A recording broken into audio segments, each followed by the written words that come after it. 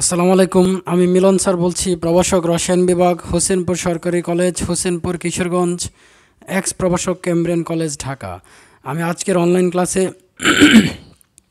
সকলকে অভিনন্দন শুভেচ্ছা জানাচ্ছি। যারা পরবর্তীতে ক্লাসটি রিভিউ করে দেখবে তাদের জন্য রইল আগাম অভিনন্দন শুভেচ্ছা। আমি আজকে তোমাদের সাথে আলোচনা করব রসায়ন প্রথম পত্রের দ্বিতীয় অধ্যায় থেকে, অর্থাৎ গুণগত রসায়ন থেকে। আজকে আমাদের আলোচনা পাঠ হচ্ছে পলির বর্জন নীতি। প্রিয় শিক্ষার্থীরা, আমি পূর্ববর্তী ক্লাসগুলিতে তোমাদের সাথে কোয়ান্টাম সংখ্যা নিয়ে আলোচনা করেছি। তো কোয়ান্টাম সংখ্যার ধারাবাহিকতায় আজকে আমি তোমাদের সাথে আলোচনা করব পলির বর্জন নীতি। অর্থাৎ পলির বর্জন নীতিটা কোয়ান্টাম সংখ্যার রিলেটেড বা সম্পর্কিত একটি টপিকস। পলির বর্জন নীতি কি? বিজ্ঞানী পলি বা পাউলি বলেন যে কোনো পরমাণুর ইলেকট্রন বিন্যাসে ব্যবহৃত যে কোনো দুটি ইলেকট্রনের জন্য চারটি কোয়ান্টাম সংখ্যার মান তথা কোয়ান্টাম সংখ্যার সেট কখনো অনুরূপ বা একরকম হয় না। একে পলির বর্জন নীতি বলে। অর্থাৎ পলির মতে একই পরমাণুর যে কোনো দুটি ইলেকট্রনের জন্য চারটি কোয়ান্টাম সংখ্যার মান একরকম হবে না।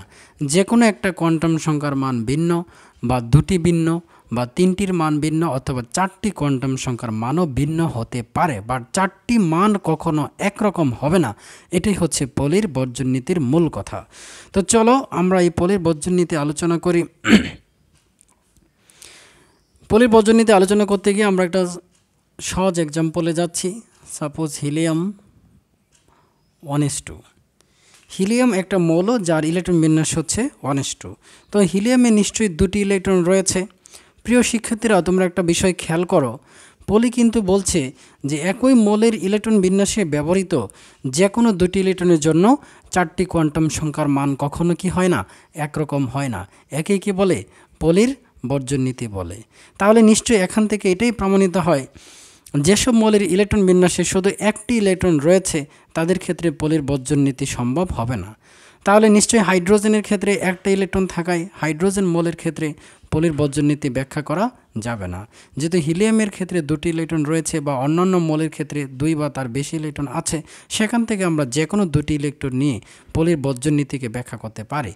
একইভাবে কোনো আয়নের মধ্যেও যদি একাধিক ইলেকট্রন থাকে, তার যে কোনো দুটি ইলেকট্রন নিয়ে আমরা কী করতে পারবো? পলির বর্জন নীতি ব্যাখ্যা করতে পারবো। অর্থাৎ ওই ইলেকট্রনগুলির জন্য কোয়ান্টাম সংখ্যার সেট নির্ণয় করে সেটা অনুরূপ না ভিন্ন সেটা যাচাই করতে পারবো। যেমন হিলিয়ামের মধ্যে দুটি ইলেকট্রন রয়েছে, আমরা যদি বলি হিলিয়াম এর প্রথম ইলেকট্রন এর জন্য, তো প্রিয় শিক্ষার্থীরা তোমরা একটু খেয়াল করো, হিলিয়ামের প্রথম ইলেকট্রনের জন্য হিলিয়ামের প্রথম ইলেকট্রনটি কোন অরবিটালে রয়েছে? তোমরা বলবে নিশ্চয়ই সেটা 1s অরবিটালে রয়েছে, যেহেতু তার ইলেকট্রন বিন্যাসে 1s ব্যবহৃত হয়েছে, তাহলে 1s এর মধ্যেই এই প্রথম ইলেকট্রনটা আছে। আর আমরা জানি যে একটা অরবিটালের সাথে যে সংখ্যাটা থাকে সেটাই কি মূলত n এর মান। তাহলে আমরা এখানে n ইকুয়াল কি লিখব? 1। তাহলে প্রথম ইলেকট্রনের জন্য n এর মান অর্থাৎ প্রধান কোয়ান্টাম সংখ্যার মান 1। প্রিয় শিক্ষার্থীরা, তোমরা খেয়াল করে এই চারটা তোমাদের মনে রাখার জন্য আমি পূর্ববর্তী ক্লাসে আলোচনা করেছিলাম, আবারও দেখাইলাম যে সহকারী কোয়ান্টাম সংখ্যা l এর মান 0 1 2 3, এই ক্ষেত্রে অরবিটাল হবে spdf। অর্থাৎ l এর মান 0 হলে s অরবিটাল, 1 এর জন্য p অরবিটাল, 2 এর জন্য d, f এর জন্য 3, এগুলো ফিক্সড spdf 0 1 2 3। তাহলে আমরা যদি ওই চার্ট অনুসারে আলোচনা করি তাহলে আমি কি লিখব? আমার যেহেতু হিলিয়ামের প্রথম ইলেকট্রনটা 1s অরবিটালে প্রবেশ করেছে, অর্থাৎ s অরবিটালে প্রবেশ করছে, আর যে কোনো s এর জন্য l এর মান কত হয়? 0 হয়। তাহলে আমরা এখানে লিখতে পারি l ইকুয়াল 0। অথবা তুমি l এর যে গাণিতিক ফর্মুলা রয়েছে, l ইকুয়াল 0 হতে n-1 পর্যন্ত বিজ্ঞানী সোমারফিল্ড প্রদত্ত যে সূত্র সেটা অনুসরণ করেও তুমি কী করতে পারো? l এর মান বের করতে পারো। দেখো, আমি যদি রাফ আলোচনা করি তাহলে l ইকুয়াল 0 হতে n-1 পর্যন্ত, তাহলে আমি যদি 0 হতে n এর মান 1 বসাই, 1-1 পর্যন্ত, এই যে n ইকুয়াল 1 বসাইলাম, তাহলে 0 হতে 0 পর্যন্ত, তার মানে 0ই আসতেছে। এই যে l এর মান 0 আসতেছে, এই জন্য তো আমি সরাসরি লিখলাম 0। তাহলে এই গাণিতিকভাবে l ইকুয়াল 0 বের করার যে কথা, ওই চার্ট অনুসরণ করে সরাসরি l ইকুয়াল 0 লেখা একই কথা। তো একইভাবে এল ইকুয়াল যদি 0 হয় সহকারী কোয়ান্টাম সংখ্যার মান, তাহলে চৌম্বকীয় কোয়ান্টাম সংখ্যা এম এর মান কী হবে? খেয়াল করো, এল ইকুয়াল যদি 0 হয়, আমরা জানি যে এম এর সূত্র কি? এম এর সূত্র হচ্ছে 0 হতে +- এল পর্যন্ত। তাহলে খেয়াল করো, এল এর মান যখন 0 হবে, আমি যদি এই সূত্রের মধ্যে 0 বসাই, 0 হতে +-0, তাহলে সব মিলে তো 0ই হচ্ছে। তাহলে আমি যদি এল এর মান 0 নেই, তাহলে এম এর মান কত পাচ্ছি? 0। তাহলে তোমাকে যদি বলা হয় হিলিয়ামের প্রথম ইলেকট্রনের জন্য এম এর মান কত, সেটা হবে 0। এখন আসতেছি স্পিন কোয়ান্টাম সংখ্যা এস এর মান নিয়ে। আমরা জানি যে এম এর প্রতিটি মানের জন্য এস এর সর্বোচ্চ কয়টি মান আসে? 2টা। কোয়ান্টাম সংখ্যা আলোকে আমরা জানি যে এম এর প্রতিটি মানের জন্য এস এর সর্বোচ্চ 2টি মান থাকে, একটি হচ্ছে +হাফ আর একটা হচ্ছে -হাফ। উল্লেখ্য, +হাফ দ্বারা একটি ইলেকট্রন, -হাফ দ্বারা আরেকটি ইলেকট্রনকে বোঝানো হয়। তো এই ক্ষেত্রে একটা এম এর মানের জন্য এস এর সর্বোচ্চ 2টি মান, মানে সর্বোচ্চ 2টি ইলেকট্রন থাকবে একটা অরবিটালে। কিন্তু যখন আমরা একটা ইলেকট্রন নিয়ে কাজ করব, তখন তো নিশ্চয়ই এস এর মান 2টা লিখতে পারবো না, কারণ 2টা মান তো 2টি ইলেকট্রনকে বোঝায়।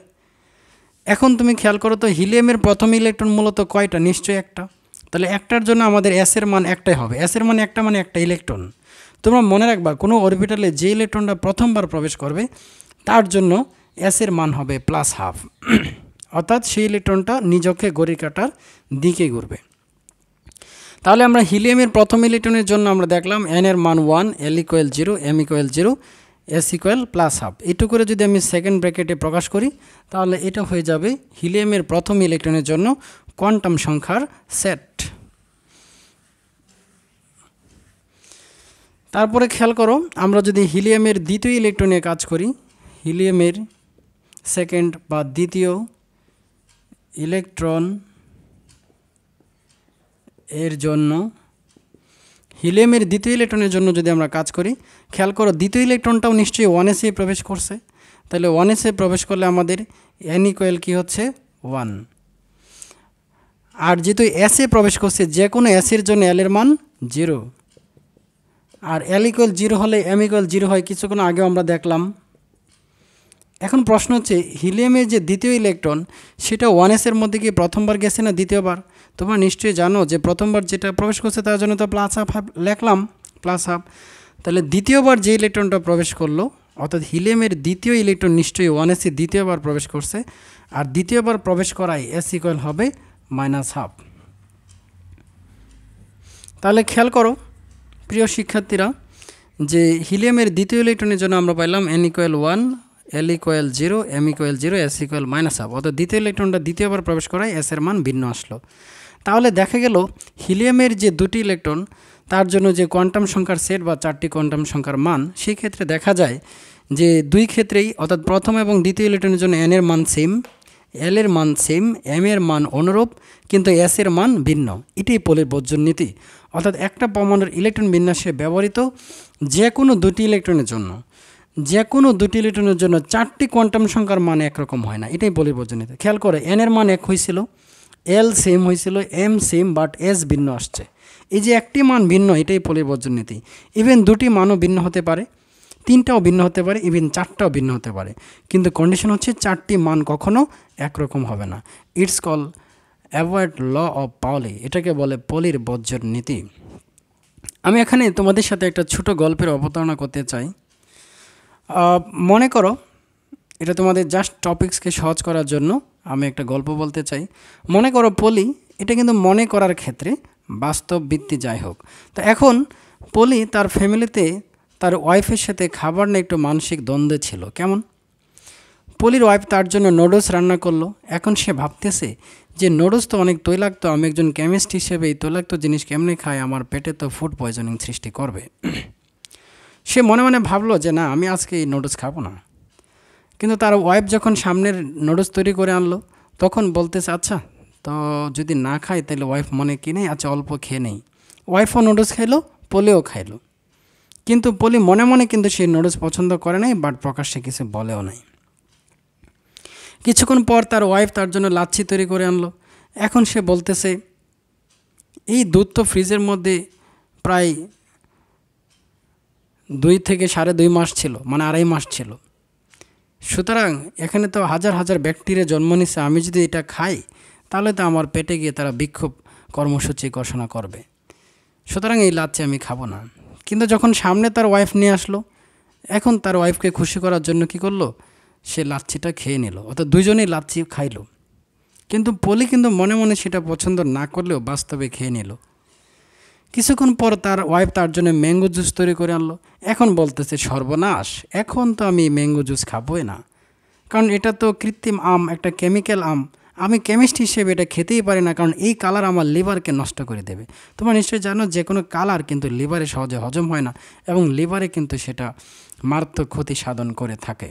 এজন্য আমরা কিন্তু বাজারে যে কালারফুল যে ফাস্টফুড বা এই জাতীয় যা আছে সেগুলো কিন্তু আমরা অ্যাভয়েড করব, যেগুলো আমাদের লিভারের জন্য অত্যন্ত ক্ষতিকর। আর লিভার কিন্তু আমাদের শক্তি, আমাদের বডির জন্য নিশ্চয়ই এক মেন পাওয়ার হিসেবে কাজ করে শক্তি উৎপাদনে। যা হোক, মোট কথা হচ্ছে কালার আমাদের লিভারে হজম হয় না। যে কথা বলতেছিলাম, পলি কিন্তু বলতেছে না এই কালার তো আমি খাবো না, ম্যাঙ্গো জুস তো খাবোই না।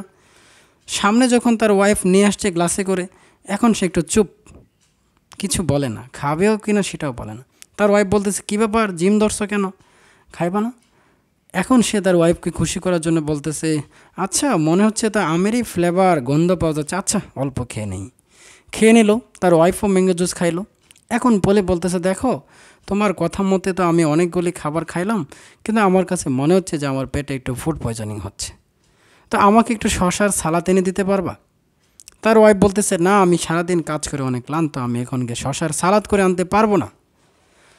তার ওয়াইফ এই কথা বলার পরে পলি বলতেছে, তার কথা মতো আমি এতগুলো খাবার মনের ইচ্ছার বিরুদ্ধে খাইলাম, কিন্তু আমার একটা কথা রাখলো না। সে মনে মনে একটু কষ্ট পাইল এবং বাসা থেকে বের হয়ে গেল। বারবার এই অনুভূতিটা তাকে তাড়না দিচ্ছিল যে আমি এতগুলো কথা রাখলাম, আমার একটা কথা রাখলো না। যা হোক, আমি এগুলো অ্যাভয়েড করলাম, বাদ দিলাম। এই অনুভূতি নিয়ে যখন সে ল্যাবের মধ্যে গিয়ে কাজ করলো হিলিয়াম নিয়ে, তখন সে কিন্তু এই অ্যাভয়েড রোল বা বজ্রনীতি আবিষ্কার করলো। তো তার এই পরে ফ্যামিলিতে ঘটে যাওয়া ঘটনার সাথে এই বজ্রনীতির সম্পর্ক কি, আমি যদি গল্পের খাতিরে তোমাদের সাথে সেটা একটু সাদৃশ্য করে দেখাই তাহলে কেমন হয়? যেমন পলির বাসায় যখন নুডলস রান্না হয়েছিল, তখন তার ওয়াইফ এবং পলি, আমি প্রথম ইলেকট্রনকে পলি ধরতেছি, দ্বিতীয়কে তার ওয়াইফ ধরতেছি, তাহলে দেখা গেল উভয়ই নুডলস পছন্দ করলো। এন দ্বারা আমি নুডলস বুঝাইতেছি, অর্থাৎ উভয় নুডলস খাইলো। পলি মনে মনে পছন্দ না করলেও খাইলো, অর্থাৎ উভয়ের জন্য এনের মান সেম, নুডলস খাইলো। লাচ্ছি উভয়ই খাইলো, দুজনের জন্য এলের মান সেম। ম্যাঙ্গো জুস উভয়ই খাইলো, এম দ্বারা আমি বুঝতেছি ম্যাঙ্গো জুস, উভয়ই খাইলো। বাট সালাতের ক্ষেত্রে, অর্থাৎ এস দ্বারা আমি বুঝতেছি সালাদ, একজন পছন্দ করলো আর একজন করে নাই। সুতরাং আমরা কি বলতে পারি না, পলির ফ্যামিলিতে খাবার নিয়ে ঘটে যাওয়া যে ঘটনা, সেটা নিশ্চয়ই তারই বর্জন নীতিকে সমর্থন করে। যা হোক, তাহলে মূল কথা হচ্ছে আমরা গল্পের খাতিরে পলির ফ্যামিলির একটি গল্প আলোচনা করলাম। তো প্রিয় শিক্ষার্থীরা, তোমরা নিশ্চয়ই বুঝতে পারছো যে একই মৌলের ইলেকট্রন বিন্যাসে ব্যবহৃত যে কোনো দুটি ইলেকট্রনের জন্য চারটি কোয়ান্টাম সংখ্যার মান কখনোই অনুরূপ হয় না। It's call avoid role of Pauli, এটাকে বলে পলির বর্জন নীতি। আমরা এই এক্সাম্পলটা নিশ্চয়ই অন্যান্য মৌলের ক্ষেত্রেও প্রমাণ করতে পারি। তো পরীক্ষায় কিন্তু সৃজনশীল প্রশ্নে কিন্তু অন্য মৌলের যে কোনো দুটি ইলেকট্রনের জন্য তোমাকে এই কোয়ান্টাম সংখ্যার সেট নির্ণয় করতে বলতে পারে। যে কোনো একটা সেট নির্ণয় কিন্তু প্রশ্ন হতে পারে। সাপোজ আমি একটা সেট আরেকটা সেট তোমাদেরকে দেখাই। যেমন তোমাদেরকে পরীক্ষায় বা সৃজনশীল প্রশ্নে আসলো যে সোডিয়ামের সর্বশেষ ইলেকট্রনের জন্য চারটি কোয়ান্টাম সংখ্যার মান, অর্থাৎ কোয়ান্টাম সংখ্যার সেট নির্ণয় করো। তাহলে আমরা প্রথমে সোডিয়ামের ইলেকট্রন বিন্যাসটা করে নেই, 1s2 2s2 2p6 3s1। তো প্রিয় শিক্ষার্থীরা, তোমরা খেয়াল করো, এই সোডিয়ামের সর্বশেষ ইলেকট্রন বা 11তম ইলেকট্রন কিন্তু 3s অরবিটালে প্রবেশ করছে। তাহলে আমি যদি সোডিয়ামের সর্বশেষ ইলেকট্রন অর্থাৎ 11তম ইলেকট্রন নিয়ে কাজ করতে চাই, তাহলে কিন্তু আমার 3s-এ কাজ করতে হবে। সুতরাং 11তম ইলেকট্রনের জন্য আমরা লিখতে পারি সোডিয়াম এর 11তম ইলেকট্রন এর জন্য কি লিখতে পারি, n ইকুয়াল কত 3।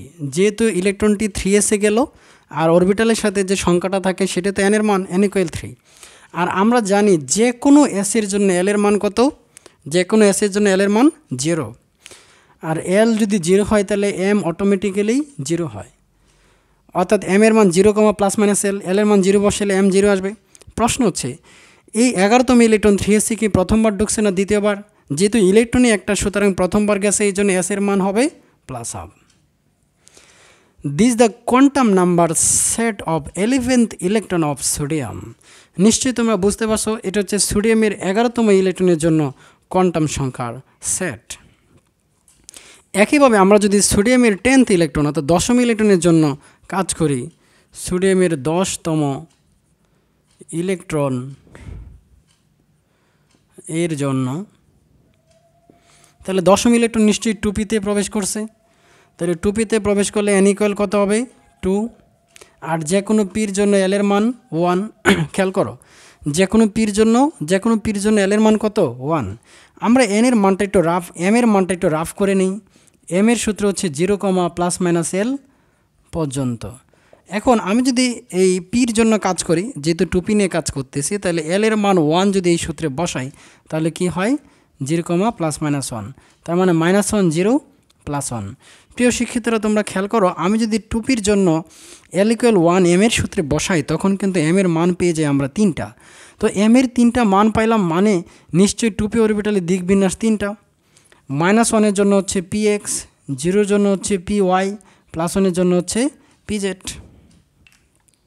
বুঝতেছো? তার মানে এই 2p অরবিটালের এই যে 2p অরবিটালটা, এই 2p অরবিটালটা দিক বিন্যাস 3টা, 2px, 2py, 2pz। খেয়াল করো, আমরা কিন্তু 2pর জন্য m এর মান 3টা পাইলাম, তার মানে 2pর দিক বিন্যাস 3টা, 2px, 2py এবং 2pz। এখন আমাদের যে 10ম ইলেকট্রন সেটা এক্স্যাক্টলি কোন পিতে প্রবেশ করলো সেটা আমাদের খুঁজে বের করতে হবে।